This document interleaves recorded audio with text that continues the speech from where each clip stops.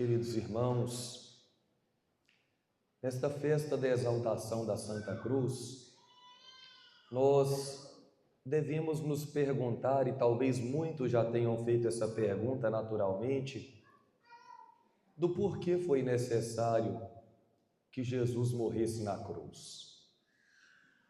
Ele não poderia ter salvo a humanidade de outra forma? Por que tanto sofrimento? Por que esse martírio doloroso? Por que esse padecimento? E a resposta para isso, meus irmãos, é uma resposta que às vezes nós não nos damos conta, nós nos esquecemos. Existe uma realidade que nós somos incapazes de fazer em relação a Deus e em relação a nós mesmos. E Jesus vem para fazer justamente aquilo que nós não podemos fazer em relação a Deus e nem em relação a nós mesmos. Jesus vem para prestar a Deus o culto perfeito que Ele merece. Coisa que nenhum ser humano por si mesmo é capaz de fazer, sobretudo depois da experiência do pecado. O sacrifício da cruz é, portanto, um ato de adoração, porque Deus precisa ser adorado. Faz parte da ordem da criação, faz parte do bem da criação que Deus seja adorado. Não porque Ele precise que nós façamos isso, mas porque Ele precisa fazer isto para o nosso bem. Ele precisa receber a nossa adoração para o nosso bem. Jesus vem com a sua cruz também prestar um culto de reparação. Reparação pelos nossos pecados. Vem para prestar um culto de ação de graças e para prestar um culto de intercessão. Vamos entender isso aqui um pouquinho mais detalhado. Primeiro ponto, esta realidade da adoração. Uma humanidade que não adora a Deus, que não dá a Ele o amor que Ele merece, é uma humanidade perdida. Como eu disse, não porque Deus precisa do nosso amor, porque Deus não precisa. Ele já é sumamente perfeito, sumamente feliz, sumamente realizado, Ele não é carente, Ele não precisa de nós para nada. Mas Ele quer ser amado, nós precisamos amá-lo, adorá-lo perfeitamente, para o nosso próprio bem. Tem uma frase maravilhosa de um santo da igreja, São Bernardo de Claraval, que diz o seguinte: Deus espera ser amado, não porque Ele precise disso, mas porque Ele sabe que serão felizes aqueles que o amarem. A adoração é esse ato de amor. Só que nós não conseguimos fazer isso. Olha para a sua própria vida e perceba que você não ama a Deus como você deveria. Olha para dentro do seu coração e perceba quanta divisão, quanta ingratidão, quanto apego, quanto egoísmo, quanta indiferença. O que nós podemos fazer por nós mesmos? Além de viver apenas um amor imperfeito e tantas vezes interesseiro, esperando receber coisas em troca. O Filho de Deus se fez homem e veio para se ofertar ao Pai num ato de adoração perfeita. O que é adoração? Também isso as pessoas não sabem mais. As pessoas acham que adorar é ficar cantando. Geralmente, quando se fala, vai ter um evento na igreja de louvor e adoração. O que é louvor e adoração na cabeça das pessoas? É ir fazer um momento de pregação, cantar umas músicas, ficar emocionado com tudo aquilo, chorar e dizer que está adorando a Deus. Biblicamente falando, adoração não é isso. Aliás, antropologicamente falando, adoração não é isso.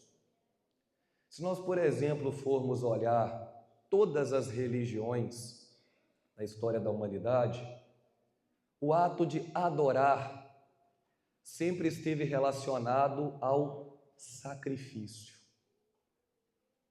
Como que as religiões pagãs prestam culto de adoração às divindades que eles acreditam? Eles vão lá e fazem um sacrifício, um despacho, uma oferenda. Por exemplo, aqui no Brasil nós temos as religiões de matriz africana. Como é que se cultuam os orixás? Prestando sacrifícios. Isso tem algo de muito verdadeiro no ato de adoração. Tanto é verdade que depois, no povo da antiga aliança, em Israel, Deus vai assumir esta realidade, fazendo as prescrições devidas de como isso deveria ser feito, mas ele vai prescrever para o povo que é preciso fazer sacrifícios. Quando a gente olha, por exemplo, no Antigo Testamento, como é que o povo prestava o culto a Deus? Eles iam no templo e sacrificavam aquilo que tinham. Sacrifícios das primícias das plantações, renunciando àquilo que tinham colhido para oferecer a Deus num ato de renúncia. Se fossem pessoas de mais posses, faziam sacrifícios de animais, então renunciavam um animal que eu tinha e ofertava. A palavra sacrificar significa tornar sagrado. Aquilo já não é mais meu, eu abri mão para que se torne sagrado. E sacrificava-se o animal no templo. Poderiam ser cordeiros, poderiam ser bois, para quem era mais pobre, como foi o caso, por exemplo, da Virgem Maria de São José, o sacrifício de pombinhas. A adoração é sacrificar. Essencialmente falando, é isso. Só tem um problema. Os sacrifícios, tanto da antiga lei quanto os que nós fazemos hoje em dia, são sempre miseráveis.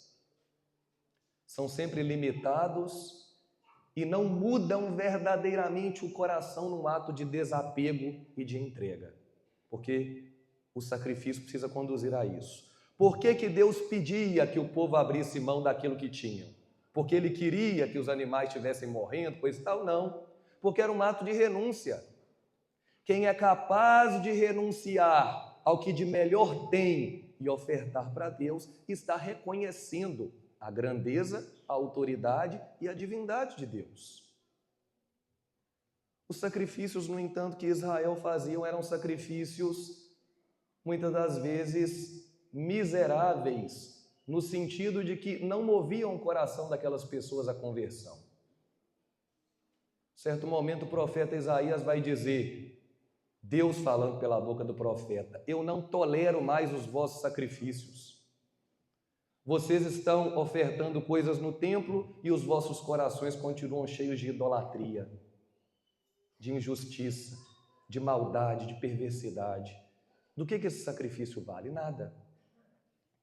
Às vezes nós também fazemos atos de sacrifício, não de animais, porque isso no cristianismo não existe mais, nós vamos entender por quê, mas o sacrifício interno. Eu, por exemplo, devolvo o meu dízimo, eu rezo as minhas orações de joelhos, eu faço meu jejum, eu faço abstinência, só que tudo isso sempre muito permeado de algum tipo de egoísmo.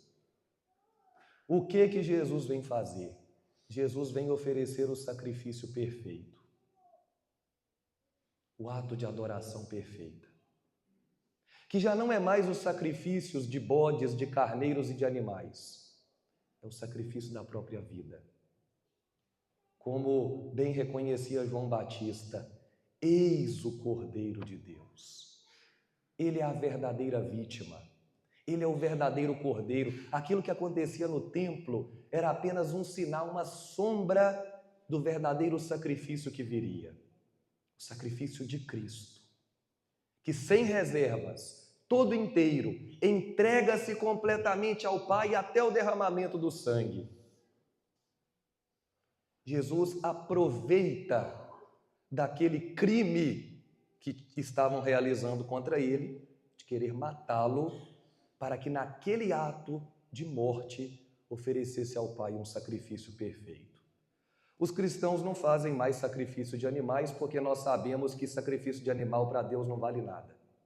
O único sacrifício que agrada a Deus é o sacrifício do Cordeiro de Deus, do Cristo. E nós podemos estar unidos ao sacrifício de Cristo para oferecer alguma coisa que valha pelo menos um pouquinho. Uma vez que Cristo vem adorar o Pai com o seu sacrifício, ao mesmo tempo ele presta ao Pai a reparação que é necessária pelos nossos pecados. Vamos prestar atenção nisso aqui, que isso é importante, gente, para darmos o valor à cruz de Cristo. Cristo vem não apenas para apagar os nossos pecados, Cristo vem para reparar as nossas culpas. Como assim, Padre? Vamos dar alguns exemplos. Quanto mais grave é a maldade que eu cometo, maior deve ser a reparação que eu preciso fazer. Uma coisa é você, por exemplo, sair na rua, dirigindo seu carro, no trânsito, e na hora da raiva, no trânsito, você vai lá e xinga a pessoa que está na sua frente. Isso é um pecado? É. Xingar um desconhecido é um pecado. Agora, outra coisa é você chegar na sua casa estressado pelo trânsito e sua mãe vir ao seu encontro para te dar um abraço e um beijo, te receber bem, e você, por causa da sua raiva, xingar a sua mãe, que estava querendo manifestar o amor a você. Qualquer pessoa é capaz de perceber que as coisas têm uma gravidade diferente. Quando nós cometemos uma ofensa grave contra alguém, sobretudo quando é uma pessoa de dignidade, como a nossa mãe, como os nossos familiares, não basta pedir perdão. Não basta, depois da sua falta de educação, você ir lá falar, desculpa, mãe. Você precisa reparar o que você fez. E como que eu vou reparar o meu pecado? Eu vou dar um carinho devido para minha mãe. Eu vou levar ela para comer um hambúrguer, um pastel aqui no final da missa. Eu vou comprar flores para dar para minha mãe. Eu vou tratar a melhor daqui para frente. O que é isso, gente? Isto é reparação. As ofensas que nós cometemos, não basta pedir perdão, preciso reparar. Claro que pedir perdão para sua mãe, ela já te perdoou, porque ela é sua mãe. Mas se você é um filho de verdade, você vai querer fazer mais do que pedir perdão. Agora vejam só, se é verdade que uma ofensa dirigida à nossa mãe é grave, o que não pensar de uma ofensa dirigida àquele que é sumamente bom, digno de ser amado sobre todas as coisas, aquele que nos criou e que nos sustenta na palma das suas mãos, com toda a misericórdia, com toda a graça. Às vezes a gente não para pensar isso, gente. Deus está nos amando. Agora, se você está aqui, se você existe, isso é a prova de que Deus está te amando, pensando em você, desejando a sua existência, porque se Deus, por um segundo que fosse, deixasse de te amar e pensar em você, você cairia no nada. E é exatamente no momento em que Deus está nos amando que nós estamos o ofendendo. Sabe aquele momento que você, no seu egoísmo, está cometendo o seu pecadinho, seja publicamente, seja solitariamente? Você está fazendo isso no exato momento em que Deus te ama. Qual é a gravidade de cometer um ato assim? Qual é a reparação que um ato assim precisa? E pior ainda, o que é que nós, seres humanos, podemos fazer para reparar a gravidade dos pecados que nós cometemos? Nada. Porque a nossa reparação é miserável. Nós temos má vontade até mesmo de reparar. Portanto, Jesus, no seu sacrifício da cruz, ele vem para reparar os nossos pecados. Ele vem com o seu coração inflamado de amor ao Pai, se entregando inteiramente ao Pai, dar ao Pai o amor de reparação que ele merece. Reparar as ofensas, não dele, porque ele não tem pecado, mas reparar as ofensas da humanidade inteira. Somente ele poderia fazer isso. Somente uma pessoa divina poderia fazer isso. É o Filho eterno que dá ao Pai um sacrifício de reparação eterno com valor infinito.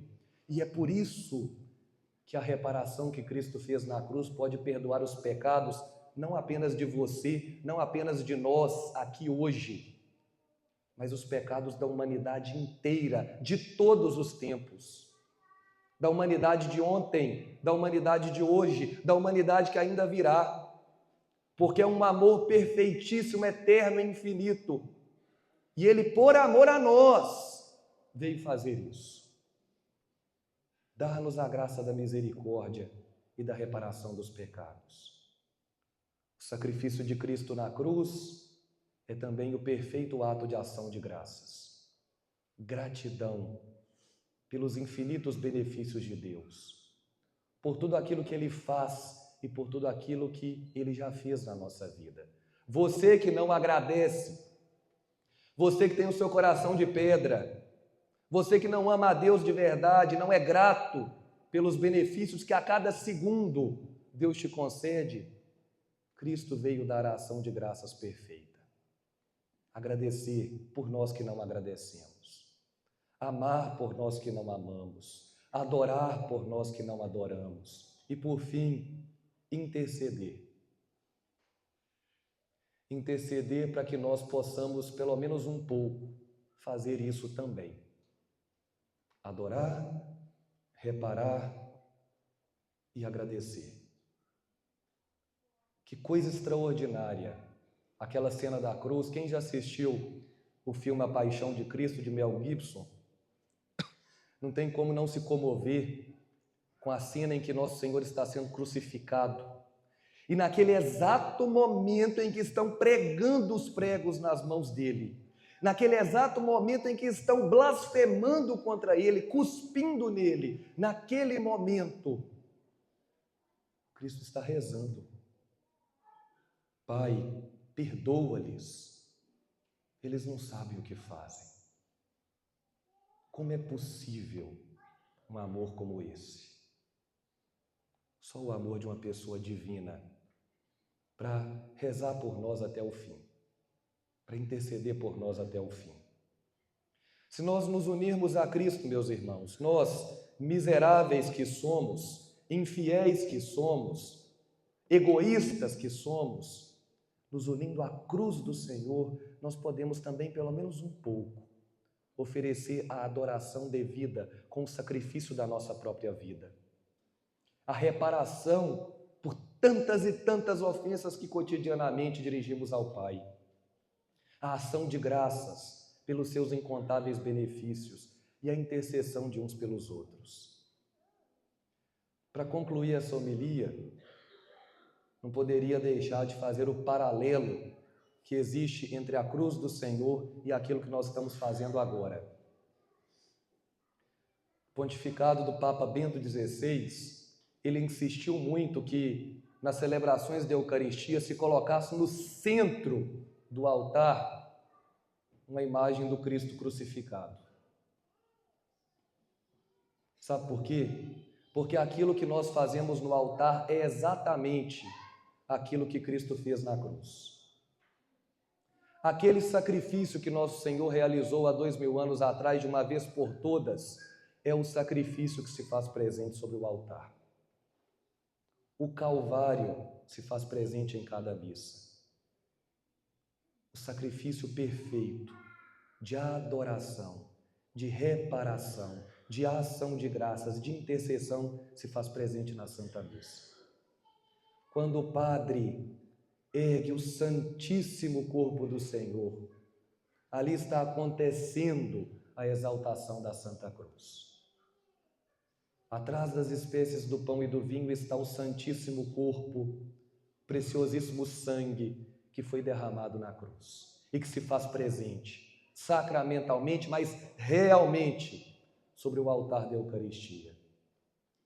Que no momento da consagração do pão e do vinho, em que o Cordeiro de Deus descerá do céu para se fazer presente sobre o altar, que nós possamos voltar os nossos olhos para Ele e pedir: Senhor, eu não sei adorar, eu não sei agradecer, eu não consigo reparar os meus pecados, dai-me a graça de me unir ao vosso santo sacrifício, oferecer a minha podridão, a minha miséria, que com sinceridade de coração eu quero colocar no vosso altar. Que unido à vossa cruz, eu possa também me sacrificar convosco e me unir mais perfeitamente a Deus nosso Pai, Pai das misericórdias e Deus de toda consolação. Louvado seja nosso Senhor Jesus Cristo.